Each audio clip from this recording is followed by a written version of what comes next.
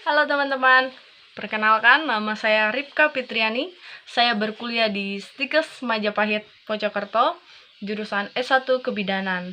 Nah, teman-teman, nanti saya di sini akan memberikan video mengenai bagaimana cara kita berkomunikasi terapeutik kepada pasien. Selamat menyaksikan.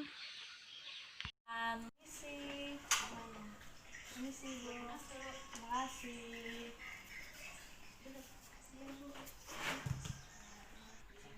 Saya Ripka Fitriani, Bu, dari Stikes Majapahit Mojokerto, jurusan D3 Kebidanan. Nah, saya ini ingin menjelaskan mengenai kehamilan dengan risiko tinggi. Kan Ibu posisinya sedang hamil ya. Kalau saya boleh tahu berapa bulan ya, Bu? 5 bulan. 5 bulan. Oh iya. Berarti sudah masuk trimester kedua ya. Sudah sebelumnya sering ngecek-ngecek kesehatan. Setiap bulan itu pergilah ke posyandu gitu. Posyandu ya. Selain itu ke puskesmas pernah?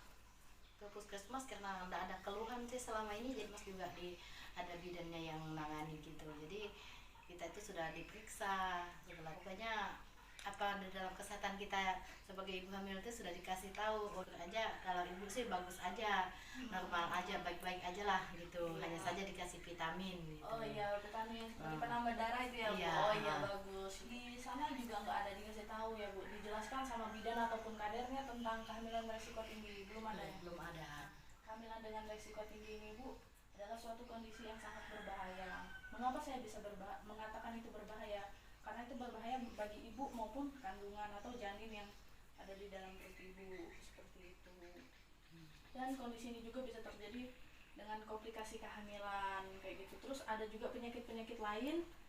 Sebelum ibu hamil itu sudah ada penyakitnya. Sebelumnya nggak ada penyakit-penyakit yang parah atau agak kronis-kronis gimana gitu. Tidak ada ya. Berarti sehat-sehat aja ya. Nah, ini Bu, penyebab-penyebab dari kehamilan resiko tinggi ini tadi. Yang pertama, penyakit ibu sendiri. Seperti diabetes, itu ginjal kronis itu bisa menyebabkan bahkan ibu ketika depresi ataupun stres, Ibu. Di sana ibu bisa juga mengalami kehamilan dengan resiko tinggi itu tersebut.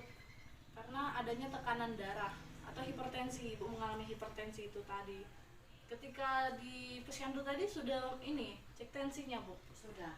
Nah, terus setelah itu gaya hidup ibu pun, karena gaya hidup itu bisa menyebabkan juga dari kehamilan resiko tinggi itu tersebut. Seperti misalnya ada ibu-ibu yang ketika hamil tetap merokok, itu bisa mengakibatkan, karena kasihan janinnya juga kan, janin di perutnya. Terus minum-minuman beralkohol itu juga bisa.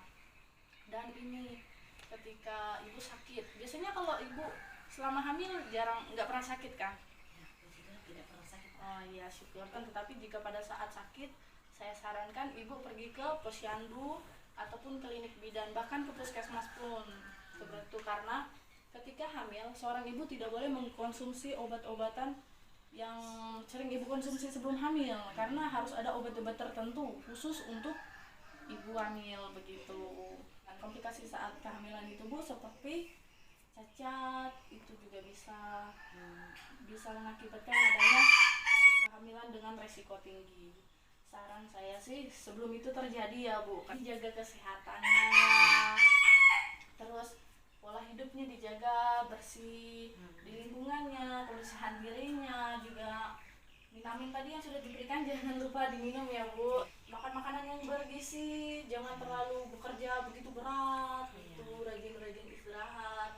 Berat badan ini ibu tidak boleh terlalu kurus dan tidak boleh terlalu gemuk, sedang-sedang saja. Atau mengalami hal-hal yang tidak mengenakan, langsung ke bidan aja, lapor kayak gitu. Intinya tindakan sendiri itu tidak boleh, karena kasihan janinnya juga, kasihan ibunya juga nanti. Bu, saya mau pamit dulu. Maaf nih, Bu, saya mengganggu waktunya. Semoga nanti persalinannya lancar ya, Bu. Terima kasih, Bu. Permisi.